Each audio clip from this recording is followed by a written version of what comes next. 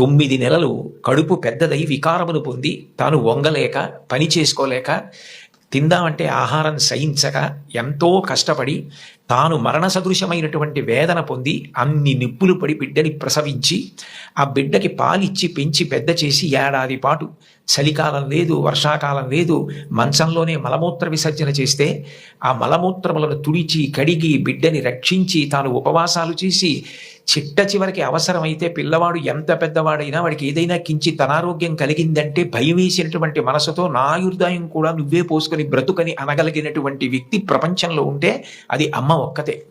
అందుకే అమ్మ లాంటి ప్రాణి లోకంలో లేదు.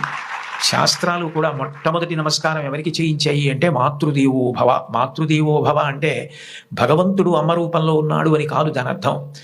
అమ్మయే భగవంతుడై ఉన్నది. భగవతి అమ్మ, అమ్మ భగవంతుడు రెండు కాదు.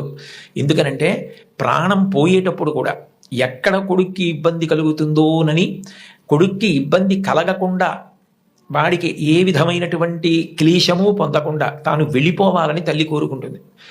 సభలో చెప్పడం నాకు ఇష్టం లేదు, కానీ నేను ఉద్యోగం చేసిన రోజుల్లో నాతో పాటు ఉద్యోగం చేసినటువంటి ఒక వ్యక్తి తల్లి, ఆమెకి గుండె నొప్పి వస్తోందని తెలిసినా కొడుక్కి చెప్తే ఎక్కడ కొడుకు వైద్యానికి తీసుకెడతాడో, ఎక్కడ కొడుక్కి చాలా డబ్బు అయిపోతుందో, ఆడపిల్లలు పెళ్లికి ఎదిగి వచ్చారు, మగపిల్లలు చదువుకుంటున్నారని చెప్పడం మానేసి కొడుకు నిద్రపోవడానికి వెళ్ళిపోతుంటే పిలిచి ఒక్కసారి ఇలా కూర్చొని ఒళ్ళో తలపెట్టుకుంటానని, ఒళ్ళో తలపెట్టుకుని నేను నిద్రపోయిన తర్వాత నువ్వు వెళ్ళి పడుకో అని. అంటే ఆవిడ ఉద్దేశం ఏంటంటే ఆవిడ శాశ్వత నిద్రలోకి వెళ్ళిపోతుంది. ఆ కొడుకు ఒళ్ళో తలపెట్టుకుని పడుకుంటే కొంతసేపటికి తల్లి కదలటం లేదని వాడు కదిపి చూస్తే తల్లి శరీరత్యాగం చేసేసింది. ఆ తర్వాత తెలిసింది, తన భార్య చెప్పింది, కొంచెం గుండెల్లో నొప్పిగా ఉందమ్మా, బరూపం చేయలేకపోతున్నాను, కానీ వాడికి మాత్రం నువ్వు చెప్పకు సుమా అని ఉట్టేయించుకుందట కోడలతో. అది తల్లి అంటే. అమ్మ అంటే అంతటి ప్రేమైకమూర్తి. అమ్మ లాంటి వ్యక్తి జీవితంలో ఇక దొరకదు. జీవితంలో అన్నిటికన్నా పెద్ద నేరం ఏమిటంటే అమ్మకి చెప్పలేము అన్న పని మనం చేయడమే. ఏ పని మనం చేస్తామో అది అమ్మకి చెప్పగలగాలి. మీరు ఏ పని చెయ్యండి, ఇది అమ్మకి నేను చెప్పలేను అన్న పని మీరు జీవితంలో ఎప్పుడూ చెయ్యకూడదు. భగవంతుడెంతో అమ్మ అంతే. మీరు మహాత్ములైన వారి ఎవరి జీవిత చరిత్ర పరిశీలించండి, అమ్మకి నమస్కారం చెయ్యకుండా అమ్మ గొప్పతనం చెప్పకుండా లేరు. ఈ రాష్ట్రానికి ముఖ్యమంత్రి చేసినటువంటి ప్రాతస్మరణీయులు టంగుటూరి ప్రకాశం పంతులు గారు తన జీవిత చరిత్రలో వ్రాసుకున్నారు. తాను మిడిల్ స్కూల్లో ప్రవేశించినప్పుడు 3 రూపాయలు జీతం కట్టలేకపోతే 25 మైళ్ళ దూరం నడిచి వెళ్ళి వాళ్ళ బావగారిని అప్పడిగితే ఆయన దగ్గర కూడా డబ్బు లేకపోతే మళ్ళీ 25 మైళ్ళు వెనక్కి తిరిగి వచ్చి, అమ్మ అప్పు దొరకలేదు, బావగారికి దగ్గర కూడా లేవుట, నేను చదువు మానేస్తానంటే అప్పటికి ఆ తల్లికి ఉన్నది ఒకే ఒక్క పట్టు చీర. ఆ పట్టు చీర పట్టుకెళ్ళి ఆ రాత్రికి రాత్రి తాకట్టు పెట్టి ఆవిడ ఆ డబ్బు పెట్టి పట్టుకొచ్చి చదివిస్తే ప్రకాశం పంతులు గారు బ్యారిస్టర్ అయ్యి రాష్ట్రానికి ముఖ్యమంత్రి అయ్యారు.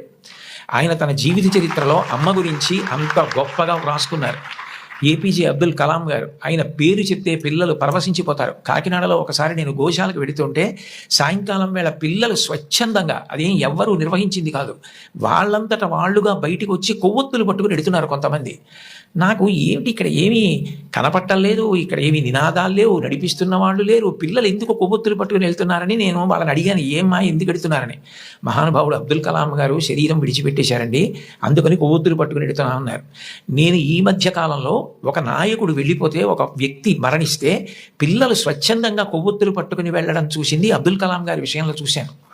అటువంటి అబ్దుల్ కలాం గారు వింగ్స్ ఆఫ్ ఫైర్ అని ఇంచుమించు తన జీవిత చరిత్ర ఆ పుస్తకంలో వ్రాసుకున్నారు.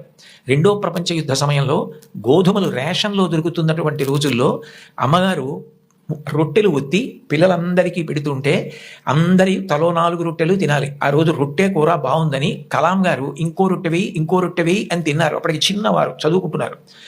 ఇంకో రొట్టె వెయ్యి అని తినేస్తే అన్నగారు వచ్చి, నువ్వు రొట్టెలు ఎక్కువ తినేశావు, 2వ ప్రపంచ యుద్ధం జరుగుతోంది, రేషను గోధుమలు దొరకట్లేదు, అమ్మకి రొట్టెలు లేవు, నీకు పెట్టేసింది, అలా తినచ్చా అన్నారు.